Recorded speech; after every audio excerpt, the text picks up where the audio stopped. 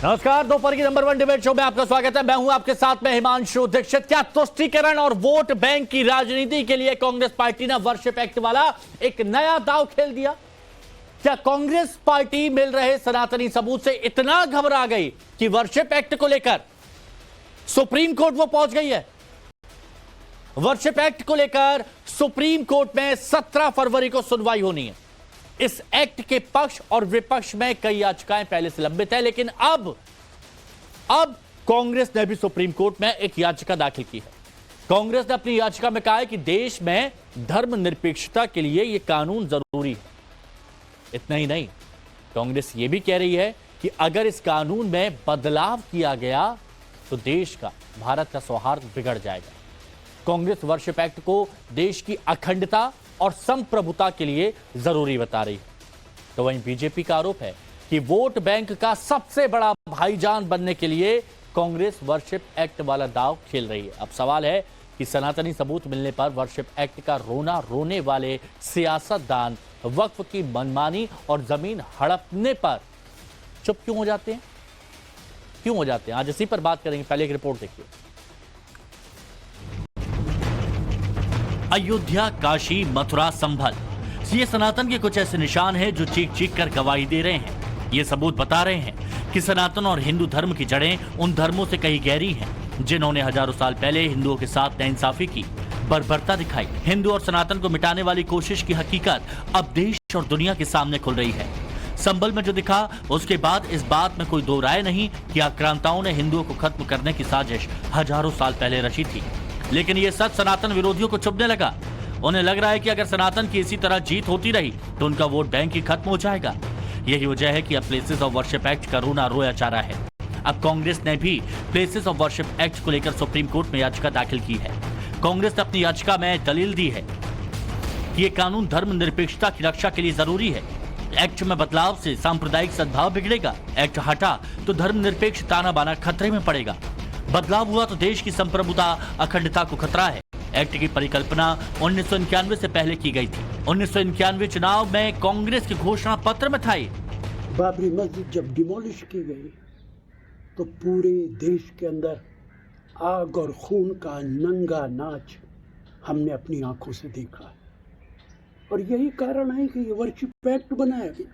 इसके बावजूद आज सत्ता जिन लोगों के हाथों में है वो तानाशाह बन गए।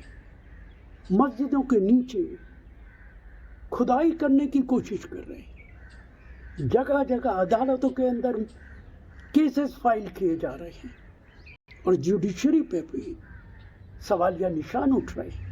कांग्रेस ने किया है तो वो जाने, क्योंकि हम तो पहले दिन से बोल रहे हैं कि जो प्लेसेस ऑफ वर्शिप एक्ट 1991 आया है उसकी लाने की मंशा, नियत, इंटेंशन एक ही था कि जो भी चीज 15 अगस्त 1947 तक है, मॉन्यूमेंट्स, दरगाह, मस्जिद वगैरह, उसका आप नेचर कैरेक्टर चेंज नहीं कर सकते।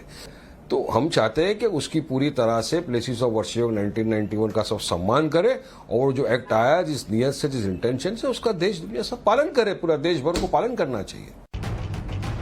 दरअसल उपासना स्थल कानून की वैधता के विरुद्ध कई मामले दायर किए गए हैं। मामले पर 17 फरवरी को सुनवाई है। कांग्रेस के इस कदम का बीजेपी ने खुले तौर पर विरोध किया। अब खुलकर सामने आ गया कि कांग्रेस पार्टी किस प्रकार से वोट बैंक की सबसे बड़ी भाईजान बनना चाहती है।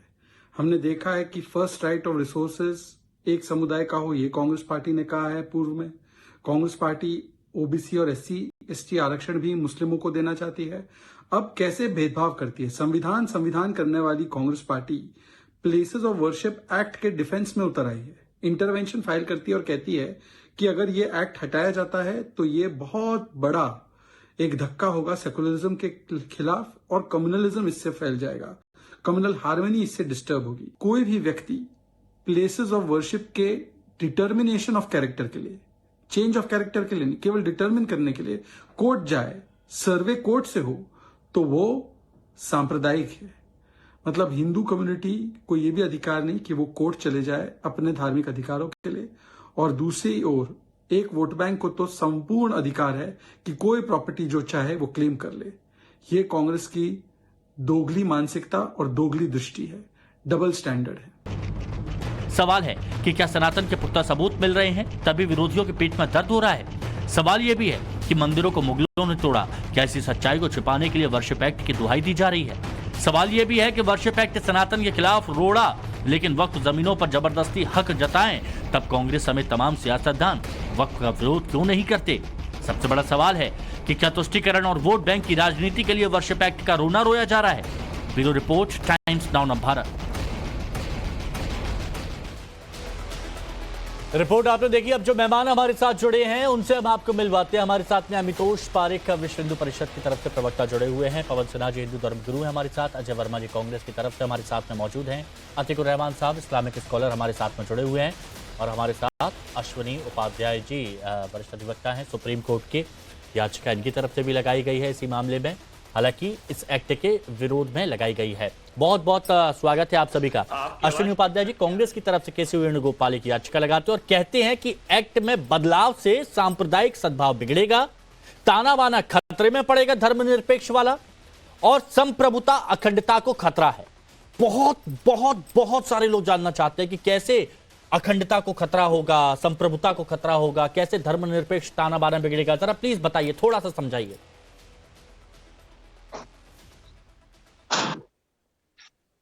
देखिए, इसको केसी वेणुगोपाल जी ने फाइल किया है, अपना साइन किया है। एक्चुअली ये कांग्रेस पार्टी की तरफ से फाइल की गई है और ये 5वीं पॉलिटिकल पार्टी है। इसके पहले सीपीआई आ चुकी है, ओवैसी जी की एमआईएम आ चुकी है, डीएमके आ चुकी है, शरद पवार जी की एनसीपी आ चुकी है।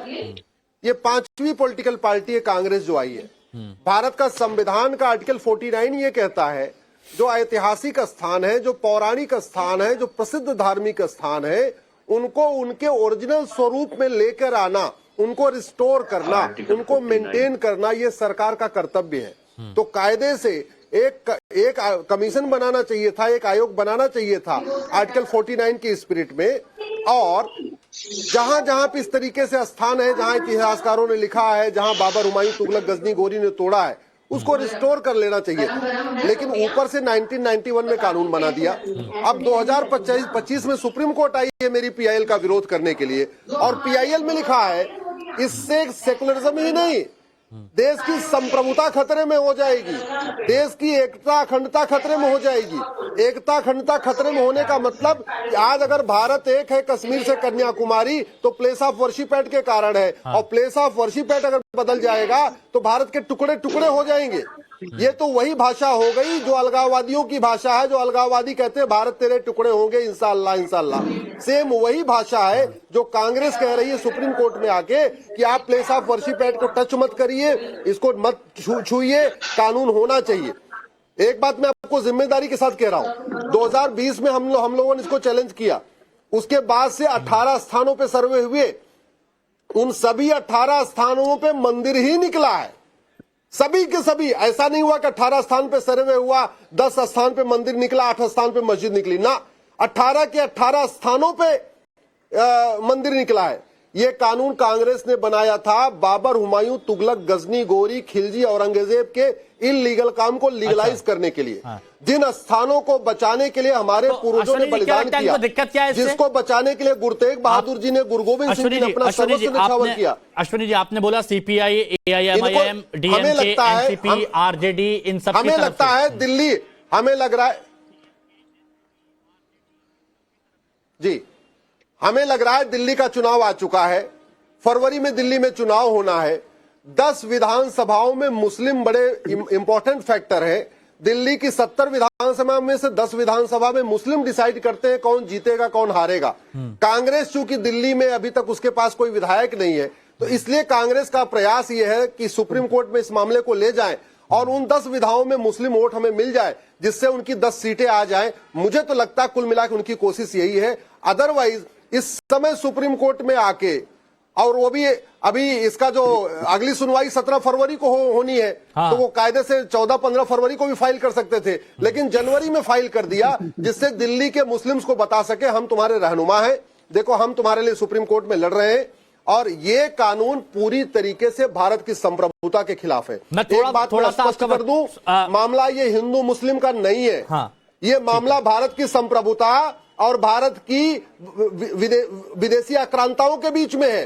जो देखिए लोग इस देखिए कानून का समर्थन ये कर बड़ी रहे हैं, खबर पर वो ये बाबर, बड़ी खबर पर हुमायूं, हम बात तुगलक, करते रहेंगे, गजनी, लेकिन सर गोरी एक के बहुत बड़ी illegal खबर आ रही है काम का तो वो समर्थन हमें बताना होगा। एक बहुत बड़ी खबर आ रही है, वो बड़ी खबर ये है सैफ अली खान पर जो हमला हुआ, वो पूरे देश ने देखा कि किस तरह से एक के बाद एक उन पर वार किए गए। अब एक बड़ी खबर ये आ रही है नव भारत पर सैफ अली खान पर हमले वाला वो चाकू, ये वो तस्वीर आप देखिए, हम आपको दिखाएंगे जिस चाकू से हमला हुआ उसकी तस्वीर। सैफ अली खान की पीठ से वो चाकू का हिस्सा निकला जो 2.5 इंच का चाकू का जो टुकड़ा था जो उनके स्पाइन के बिल्कुल पीछे। और ये देखिए ये चाकू आप जो देख रहे हैं ये 2.5 इंच का चाकू, और ये पूरा एक हिस्सा है, ये आधा जो टूट गया है, ये सैफ अली खान की पीठ की जो रीढ़ की हड्डी है, स्पाइन, उसके ठीक पास में ये धंसा हुआ था। और इसी हालत में ये जब ये चाकू सैफ अली खान के शरीर के अंदर था, उस वक्त सैफ अली खान को हॉस्पिटल, लीलावती हॉस्पिटल पहुंचाया गया था हॉस्पिटल में, और वहां पर डॉक्टर्स की तरफ से सर्जरी की गई थी, और 2-2.5 घंटे की सर्जरी के बाद इस चाकू के हिस्से को वहां निकाला गया था। ये अंदर, शरीर के अंदर से निकला है ये। अब देखिए आप कि कितना मोटा और धारदार हथियार है ये, बिल्कुल चाकू, खंजर टाइप का जो कहा जाता है, बिल्कुल खंजर की तरीके इसका इस्तेमाल किया गया था। ये ऑपरेशन के बाद इसको निकाला गया, और नव भारत पर ये एक्सक्लूसिव तस्वीर आप देख रहे हैं। अब आप सोचिए कि कितना बड़ा हमला था ये, कितनी बर्बरता के साथ एक के बाद एक कई हमले किए गए, और जब चाकू का इतना बड़ा हिस्सा सैफ अली खान की स्पाइन के ठीक पास में धंसा हुआ था, तो आप समझिए कि कितनी खतरनाक मंशा से वो हमलावर आया था, जिसको पता था कहां पर जाना है, जिसको पता था कहां पर क्या करना है, उसको यह भी पता था कि कैमरे से कैसे बचना है, ब्लाइंड स्पॉट कहां पर है, शाफ्ट कहां पर है, सीढ़ियां कहां पर है, और वहां से वो सीधे वॉशरूम तक पहुंचता है। एक और देखिए इसके शातिर पने की तस्वीर, टाइम देखिए 1:37 पर, यह सीसीटीवी फुटेज है। 2 बजे हमला किया जाता है सैफ अली खान पर, उससे पहले यह शख्स पूरा चेहरा ढका हुआ है, पीछे एक बैग है, उसने देखा कि सामने सीसीटीवी है, इसीलिए चेहरा छुपा लेता है, ढक लेता है। राकेश त्रिवेदी हमारे सहयोगी हमारे साथ जुड़े हुए। राकेश, कितना शातिर है ये तो सबने देख लिया, सीसीटीवी से कैसे बचने की कोशिश कर रहा है, और दूसरी तस्वीर ये 2.5 इंच का चाकू का टुकड़ा जो बता रहा है कितना खतरनाक था ये।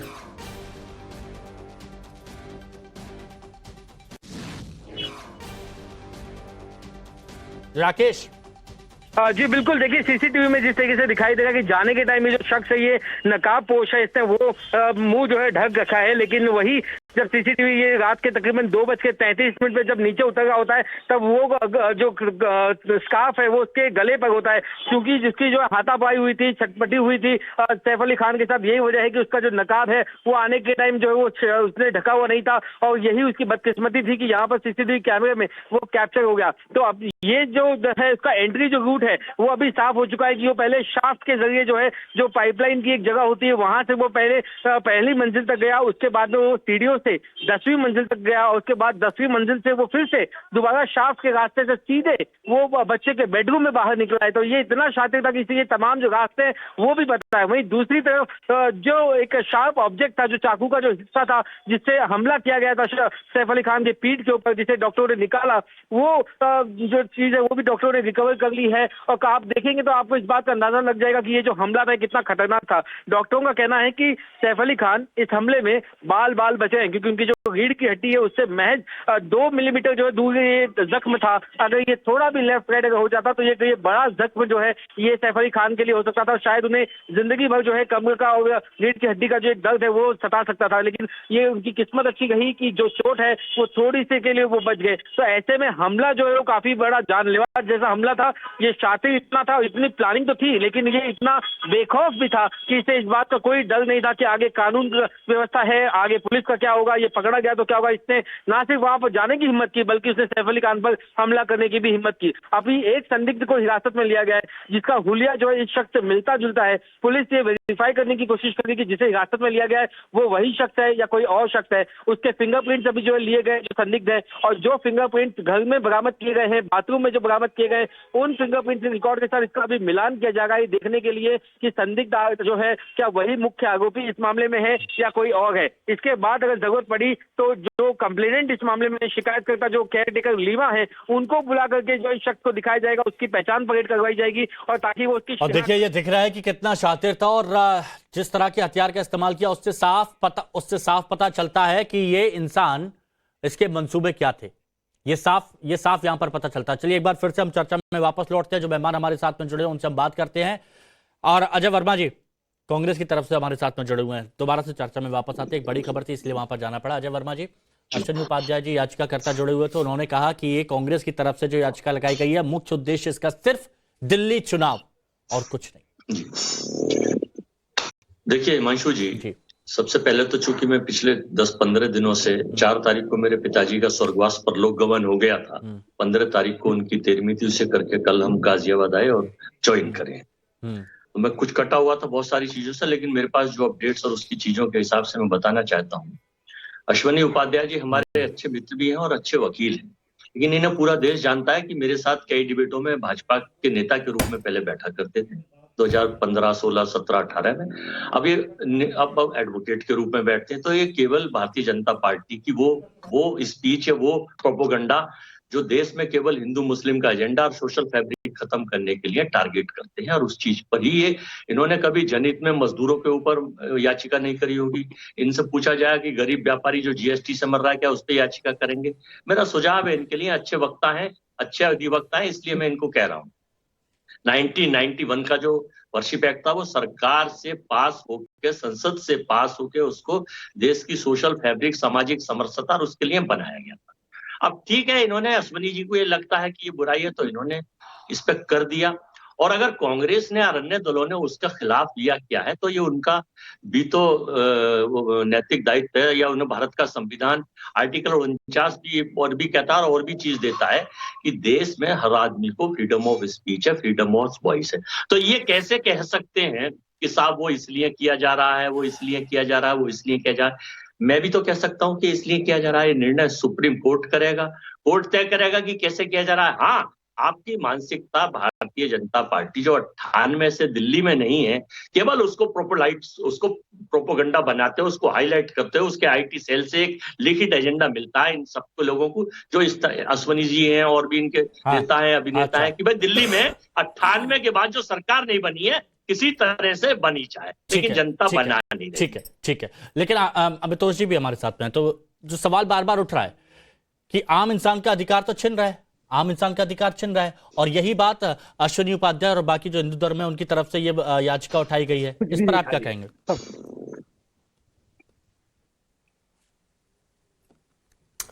जी हिमांशु जी, बहुत बहुत धन्यवाद। देखिए, जब कांग्रेस प्रवक्ता बोल रहे थे तो 2 चीज के ऊपर बार बार स्ट्रेस दे रहे थे। वो था एक तो सेक्युलर और एक था सोशल फैब्रिक।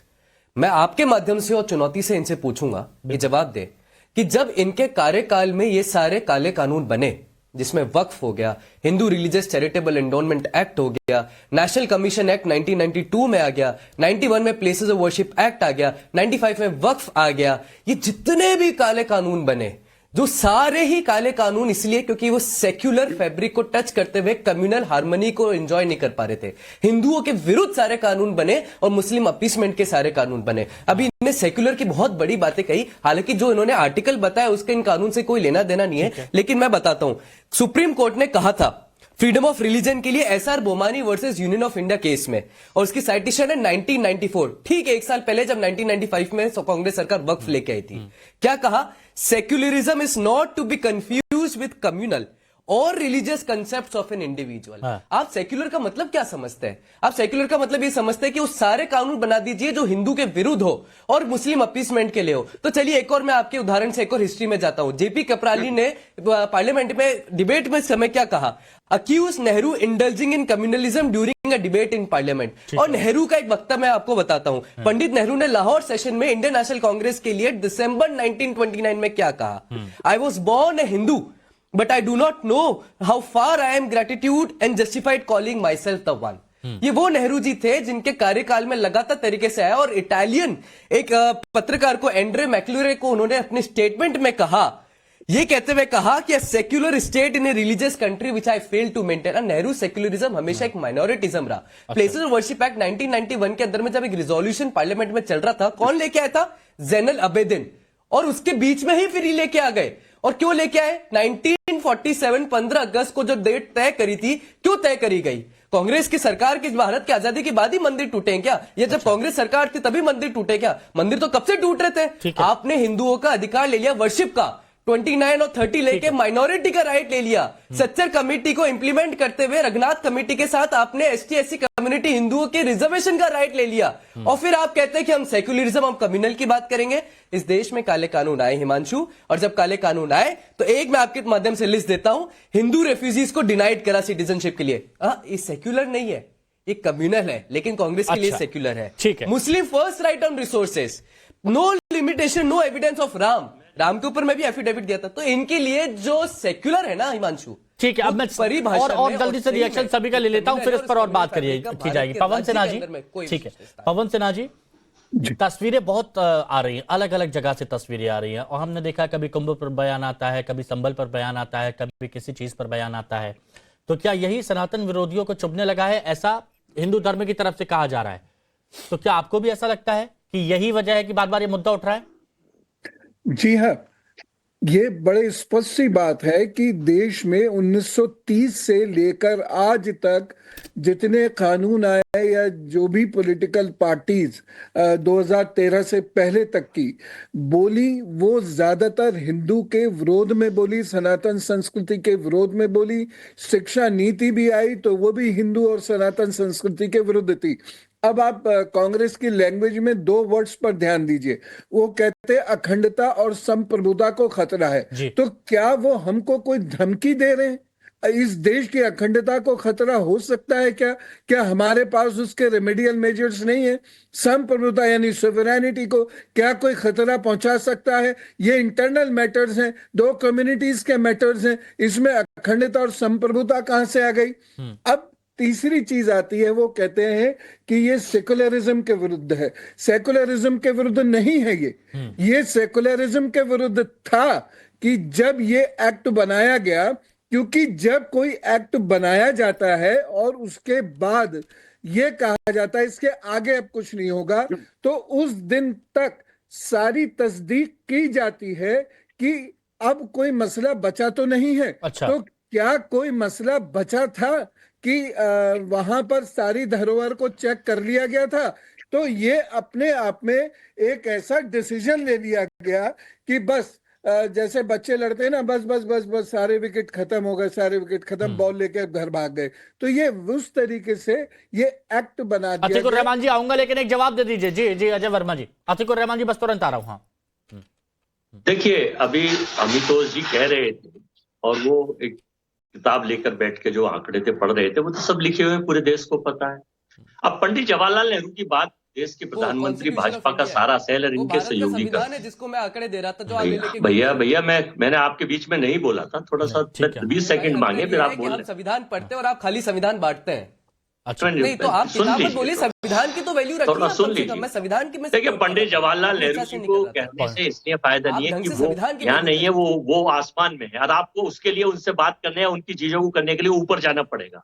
ऊपर आप जाएंगे तो पता लगाएंगे। इसलिए बार बार पंडित जी को देश के प्रधानमंत्री रह रहे हैं, आजादी में आप लोगों का कोई योगदान नहीं रहा, उनको आप बार बार जो बुलाते हैं, इनवाइट करते हैं, ये कहाँ तक उचित है संविधान के नाम पर?